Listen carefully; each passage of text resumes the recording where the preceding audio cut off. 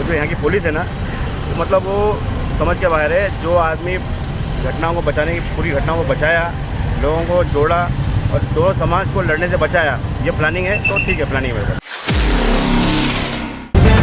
The live TV, सच सबसे आगे। नमस्कार, मैं हूं रंजीत झा और आप देख रहे हैं द लाइव टीवी। मुसलमानों पर कार्रवाई करने के लिए तत्परता दिखाने वाली पुलिस का एक और चेहरा सामने आया है। इसमें पुलिस ने अपने मददगार को ही केस में फंसा दिया। एफआईआर उनके ही खिलाफ दर्ज कर ली गई जो पुलिस की मदद कर रहे थे। दरअसल रामनवमी के दौरान मुंबई के मालवनी इलाके में हिंसा भड़क रही थी। उस वक्त पुलिस की टीम वहां आई और वैसे भीड़ जो उग्र हो रही थी उसे शांत करने की कोशिश कर रही थी। और उसके बाद वहां पर मस्जिद के ट्रस्टी जमील मर्चेंट भी आए।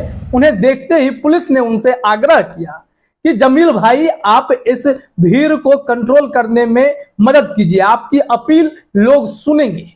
और फिर जमील मर्चेंट वहां पर मदद करने लगे। लेकिन पुलिस वालों ने जब मामले में केस दर्ज किया तो मददगार के ऊपर ही एफआईआर दर्ज कर दिया और फिर उन्हें ही हिंसा का आरोपी बता दिया गया कि मस्जिद से हिंसा की साजिश रची गई थी।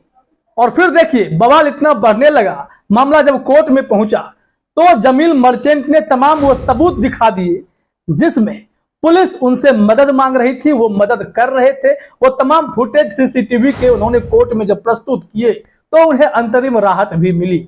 लेकिन बड़ा सवाल यहां पर यह उठता है कि यह पुलिस एक तरफा कार्रवाई कैसे करने के लिए उतर जाती है। वहां हिंसा भड़के तो क्या सिर्फ मुस्लिम कम्युनिटी के लोग अकेले ही हिंसा कर रहे थे?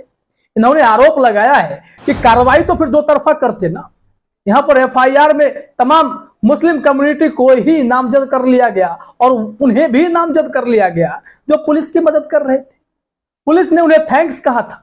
जो डीसीपी साहब थे वो खुद जमील मर्चेंट को थैंक्स बोल रहे थे कि आपकी वजह से हिंसा बड़ी होते होते बच गई, नहीं तो यह घटना और बड़ी हो सकती थी। फिर अब जमील मर्चेंट को ही जब फंसाया गया तो उनका दर्द फूट पड़ा।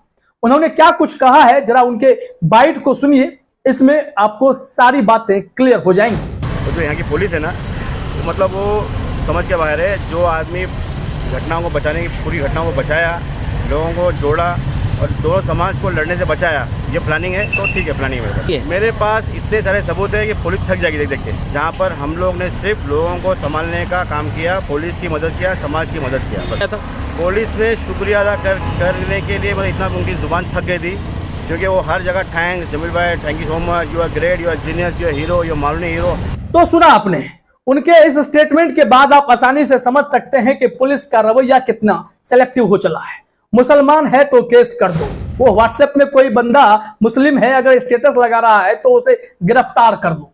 कोई मुस्लिम अगर घर में नमाज पढ़ रहा है तो उसे अरेस्ट कर लो। सिर्फ यही चल रहा है। अल्पसंख्यकों के साथ जिस तरीके से सलूक किया जा रहा है वो चिंता का बहुत ही बड़ा विषय है। लेकिन पुलिस इस मामले में एक तरफा कार्रवाई करके खुद अपने असली चेहरे को दिखा रही है। अब जब जमील मर्चेंट से पूछा गया इस संबंध में कि क्या कहना चाहते हैं, उनका स्टेटमेंट तो आपने सुना ही, लेकिन नव भारत टाइम्स को भी उन्होंने स्टेटमेंट दिया था। जरा आपने स्क्रीन पर देखिए। जमील मर्चेंट की माने तो पुलिस के वरिष्ठ अधिकारियों ने खुद उन्हें बुलाकर मामले को शांत कराने में मदद के लिए कहा था।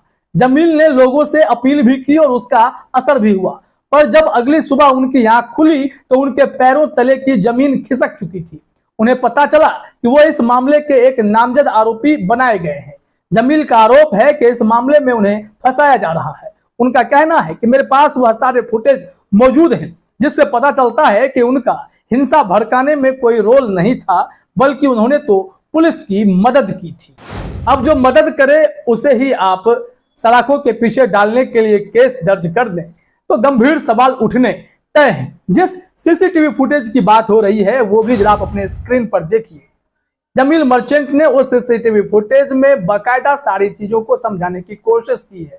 उन्होंने बाकायदा सबटाइटल्स भी लिख दिए हैं कि देखिए कब क्या हो रहा था, कैसे पुलिस के पास जब वो आए हैं तो पुलिस ने उन्हें कहा है कि आप भीड़ को शांत करने में मदद कीजिए। स्क्रीन पर आप फुटेज देखते जाइए। इसमें वो बात करते हुए डीसीपी के साथ दिखाई पड़ रहे हैं।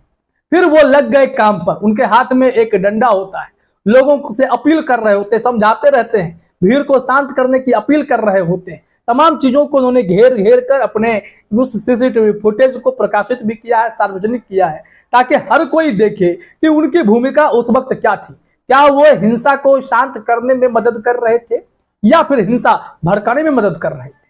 उस फुटेज को देखने के बाद यह क्लियर हो जाता है कि पुलिस फिर उनके पास आकर थैंक्स भी बोलती है, और बाद में जब सोकर उठते हैं, हिंसा शांत होने के बाद जब एफआईआर की बात होती है, तो इसमें बेचारे मददगार ही आरोपी बन गए। तो दुख तो होगा ही। मुस्लिम कम्युनिटी को परेशान करने का यह कौन सा तरीका है। इस मामले में पुलिस से भी बातचीत की गई। नवभारत टाइम्स ने इस मामले में पुलिस से प्रतिक्रिया मांगी।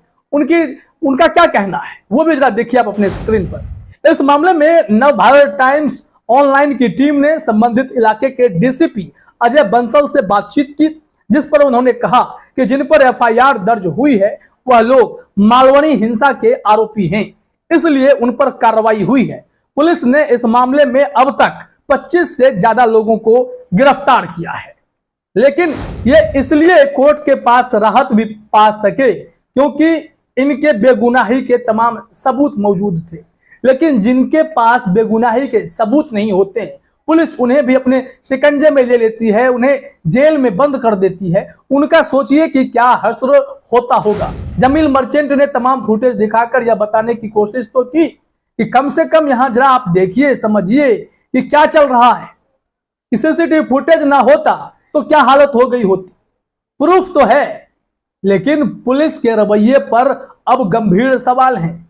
रामनवमी की इतनी बड़ी हिंसा हो जाती अगर जमील मर्चेंट मोर्चा ना संभाले होते। लेकिन जिस तरीके से कार्रवाई की गई, एक तरफा कार्रवाई का आरोप जमील मर्चेंट लगा रहे हैं। उनका कहना है कि पुलिस ना जाने किसके दबाव में काम कर रही है, क्या कोई राजनीतिक दबाव है या क्या है, उस पर पुलिस को स्पष्ट रूप से कार्रवाई करनी चाहिए। अगर जूते चप्पल पत्थर चले हैं तो कोई एक तरफ से नहीं चले होंगे, दोनों तरफ से चले होंगे।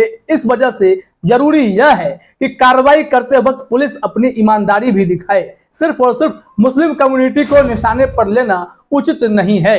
जमील मर्चेंट से यह भी पूछा गया कि आप तो मस्जिद हजरत अली के ट्रस्टी भी हैं और आपके ऊपर गंभीर आरोप लगा है कि मस्जिद के भीतर ही इस तरीके के हिंसा की साजिश रची गई। तो उनका कहना हुआ कि हमारे पास सीसीटीवी फुटेज है, ऑडियो वॉइस वाले भी सीसीटीवी फुटेज है। ये सब आरोप बेबुनियाद हैं, कहीं ना कहीं राजनीति से प्रेरित है। किसी न किसी के दबाव में पुलिस इस तरीके के एक्शन ले रही है जो कि सही नहीं है। उनके इस आरोप के बाद पुलिस का यह चेहरा सामने आने लगा। वैसे तो देश भर में पुलिस के इस तरीके की कार्रवाई पर सवाल उठने लगे हैं, जिसमें मुसलमान देखते ही कार्रवाई कर दी जाती है। हॉस्पिटल में महिला कोने में नमाज पढ़ रही होती है, उन पर जांच कमेटी गठित कर दी जाती है। घरों में कोई नमाज पढ़ता है तो उन पर एफआईआर हो जाता है। लेकिन उलट कोई ट्रेन में कीर्तन भजन करे तो उसे प्रधानमंत्री की तारीफ मिलती है। प्लेटफॉर्म पे कोई डांस करना शुरू कर दे तो उसे रेल मंत्री की तारीफ मिलती है। लेकिन यहाँ रामनवमी में भड़क रही हिंसा को शांत करने में मदद करने वालों पर एफआईआर दर्ज कर दी जाती है, क्योंकि वो मुस्लिम है शायद, और पुलिस वाले इसमें उन्हें हिंसा का आरोपी बना चुके हैं। सीसीटीवी फुटेज तो झूठ नहीं बोलेगा। फुटेज में जो भी चीजें सामने आई हैं वो हैरान कर देने वाली हैं और पुलिस या कार्रवाई पर गंभीर सवाल भी खड़े करती हैं। फिलहाल इस वीडियो में इतना ही। आप सभी का हमसे जुड़ने के लिए बहुत बहुत धन्यवाद। द लाइव टीवी, सच सबसे आगे।